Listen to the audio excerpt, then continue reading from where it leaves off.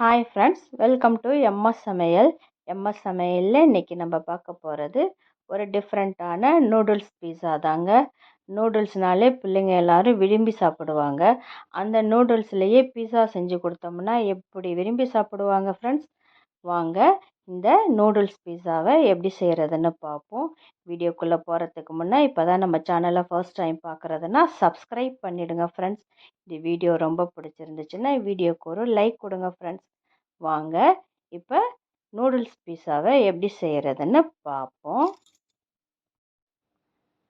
இப்போ பவுல் எடுத்துக்கோங்க. பவுலில் ஒரு கப்பு ரவை சேர்த்துக்குங்க. அரை கப்பு தயிர் சேர்த்துக்குங்க.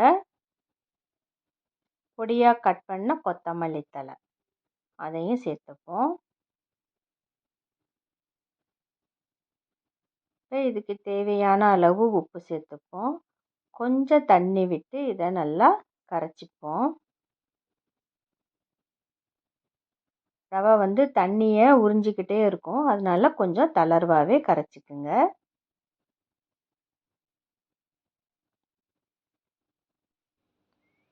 இப்போ இதை ஓரளவுக்கு மிக்ஸ் பண்ணிட்டோம்.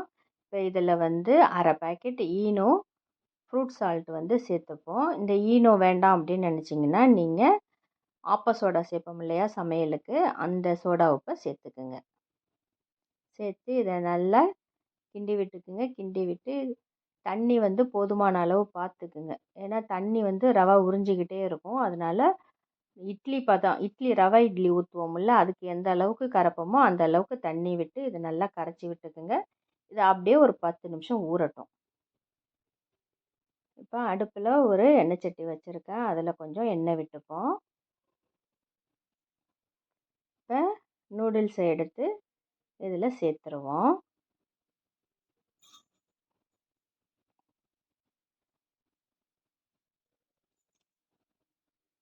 இப்போ இந்த நூடுல்ஸை 2 பக்கமும் நல்லா ஃப்ரை பண்ணி எடுத்துப்போம்.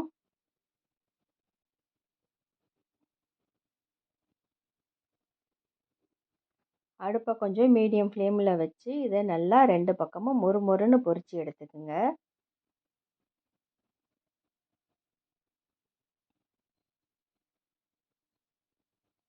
இப்போ இது நல்லா புரிஞ்சிட்டு இப்போ இதை எடுத்து ஒரு பிளேட்டில் வச்சு நல்லா ஆற விட்டுருங்க. இப்போ ஆறுனதுக்கப்புறம் இந்த நூடுல்ஸை நல்லா இதுமாரி உடச்சி விட்டுக்குங்க. நல்லா நைஸாக நுணுக்கி எடுத்துக்குங்க. இப்போ நம்ம ரவா கலந்தோம் இல்லையா, அதில் இந்த நூடுல்ஸை சேர்த்துருவோம். நூடுல்ஸை சேர்த்து நல்லா கிளறி விட்டுக்குங்க. தண்ணி பத்தலைன்னா கூட கொஞ்சம் ஆட் பண்ணிக்கோங்க. எனக்கு தண்ணி கரெக்டாக இருந்துச்சு. இப்போ நல்லா கலந்ததுக்கப்புறம் இந்த மாதிரி ஒரு பவுல் எடுத்துக்குங்க. அதில் இந்த மாவை கொஞ்சம் அள்ளி அதில் வச்சுப்போம். இது இப்படியே இருக்கட்டும். இப்போ இந்த பீஸாவுக்கு தேவையான சாஸ் நம்ம ரெடி பண்ணிடுவோம். இப்போ பீஸா சாஸ் ரெடிமேடாக கிடைக்கிது, அதை வாங்கிக்கிங்க. அப்படி இல்லைன்னா பீஸா சாஸ் வேணும் வீடியோ அப்படின்னா கமெண்ட்டில் சொல்லுங்கள், நான் வீடியோ போடுறேன். இப்போ அந்த சாஸை எடுத்துக்குங்க. அதோட இந்த மேகியோட மசாலா பவுடர் இருக்கும்ல, அந்த 2 பாக்கெட்டையும் அதில் போட்டு நல்லா கிண்டி விட்டுருங்க. நல்லா மிக்ஸ் பண்ணி இது மாதிரி எடுத்து வச்சுக்குங்க. இப்போ சாஸ் ரெடி ஆகிடுச்சு. இப்போ அடுப்பில் ஒரு பேன் வச்சுக்குங்க. அதில் கொஞ்சம் எண்ணெய் விட்டுக்குங்க. எண்ணெய் விட்டு இந்த பேன் பூரா அப்ளை பண்ணி விட்டுக்குங்க. நல்லா எல்லா இடத்துலையும் பரத்தலாக அப்ளை பண்ணி விட்டுக்குங்க.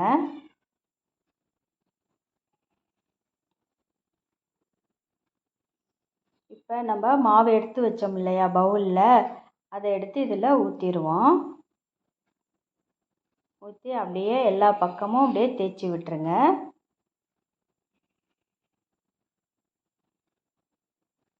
அடுப்பை மீடியம் ஃப்ளேமில் வச்சுக்குங்க. வச்சு இதில் ஒரு மூடியை போட்டு மூடிடுங்க. இது ஒரு 10 நிமிஷத்துக்கு அப்படியே வேகட்டும். அடுப்பு மீடியம் ஃப்ளேம்லேயே இருக்கட்டும்.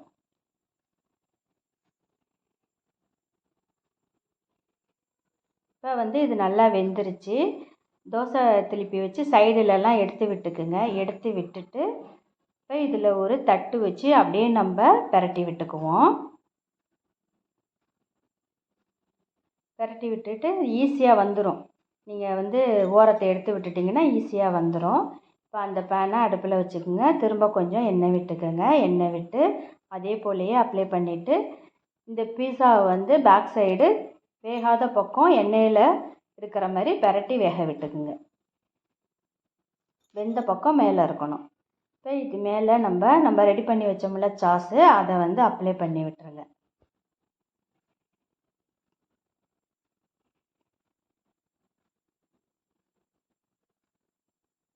எல்லா இடத்துலையும் நல்லா அப்படியே ஸ்ப்ரெட் பண்ணி விட்டுருங்க.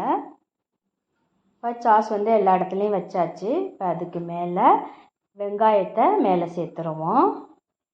கேப்சிகம், கலர் கேப்சிகம் நான் சேர்த்துருக்கேன். உங்கள்கிட்ட எது இருக்கோ அதை நீங்கள் சேர்த்துக்கோங்க. பன்னீர் கூட வச்சுக்கலாம், ஸ்வீட் கார்ன் வச்சுக்கலாம், எது இருக்கோ வச்சுக்கலாம், உங்களோட விருப்பம்தான். இது எல்லாத்தையும் சேர்த்ததுக்கப்புறம் மேலே வந்து சீஸ் நல்லா துருவி விட்டுக்குவோம்.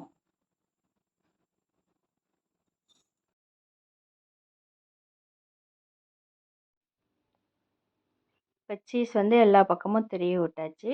இப்போ இதை வந்து ஒரு மூடி போட்டு வேக விட்டுருவோம். ஒரு 10 நிமிஷம் அப்படியே இருக்கட்டும்.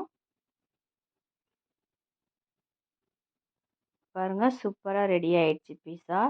இப்போ அந்த கரண்டி வச்சு இந்த ஓரமெல்லாம் எடுத்து விட்டுக்குங்க. தோசை திருப்பியால் எடுத்து விட்டுட்டிங்கன்னா சூப்பராக வந்துடும். இங்கே பாருங்கள், ஒட்டலை ஃபேனில். செம்ம சூப்பராக ரெடி ஆயிடுச்சுங்க. இப்போ இதை வந்து நம்ம கட் பண்ணி எடுத்துப்போம். நூடுல்ஸில் செஞ்சதுன்னே சொல்ல முடியாது, அந்த அளவுக்கு டேஸ்ட்டாக இருந்துச்சு. ரொம்ப டேஸ்டியான இந்த நூடுல்ஸ் பீஸாவை நீங்கள் கண்டிப்பாக ட்ரை பண்ணி பாருங்கள் ஃப்ரெண்ட்ஸ். ட்ரை பண்ணி பார்த்துட்டு இது எப்படி வந்ததுன்னு கமெண்ட்டில் சொல்லுங்கள். தேங்க்யூ.